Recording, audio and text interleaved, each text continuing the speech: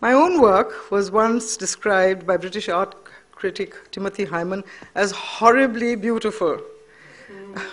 I went to see Timothy in London, and he looked at these slides and he dropped them and he said, "Oh, these are beautiful."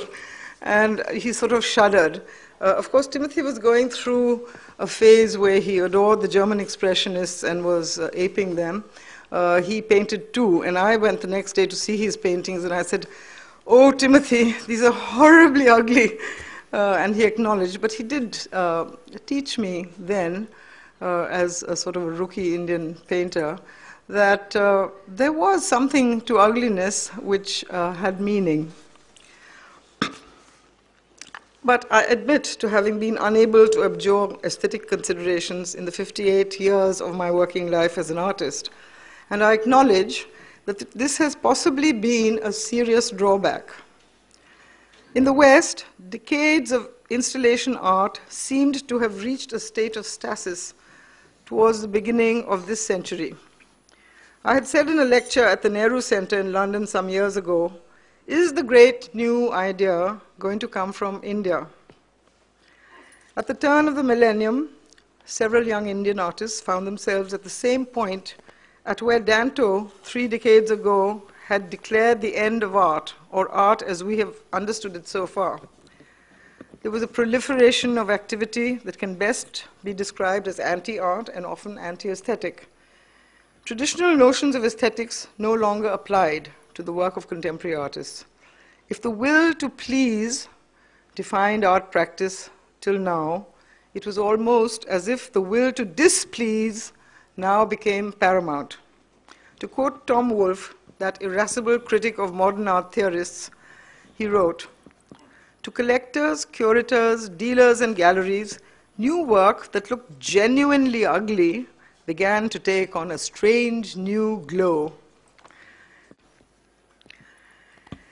In the burgeoning new art practice that embraced both forms and means, stripped of the baggage of history and our post-colonial concerns, many of the installation artists in India blatantly appropriated and even plagiarized Western installations at first.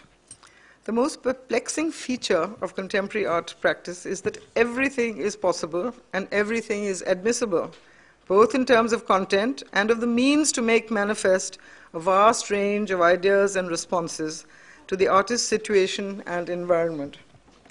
An immense menu of artistic choices is now available. There are fewer and fewer rules. The all-pervading iconoclasm that marked this new phase was heavily supported by the new band of theorists and found new patrons.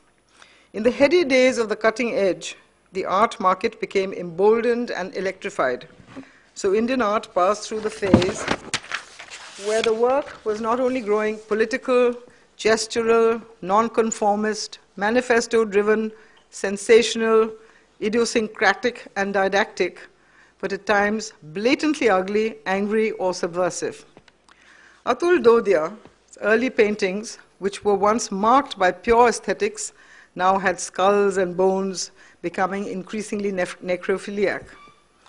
Abir Karmakar painted large red bare bottoms with pustules and festering pimples. And a poor art student in Baroda made a subversive installation showing Jesus peeing into a bucket in the hope that he would be noticed by some gallery greedy for their share of the cutting edge. Today the tide is in the process of turning, not, alas, because of some theoretical progression, but by the market suddenly turning its back on the ugly and irreverent. The inevitable shakeout leaves only those with exceptional new ideas and talent like Subodh Gupta, Bharati Kher, Praneeth Soy, Ranbir Kalika, or Chitravanu Mozumdar, to give some examples.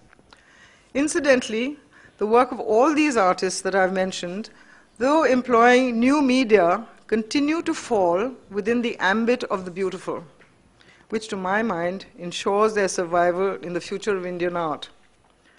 When the shakeout takes place, as it surely will, I predict a return to aesthetics.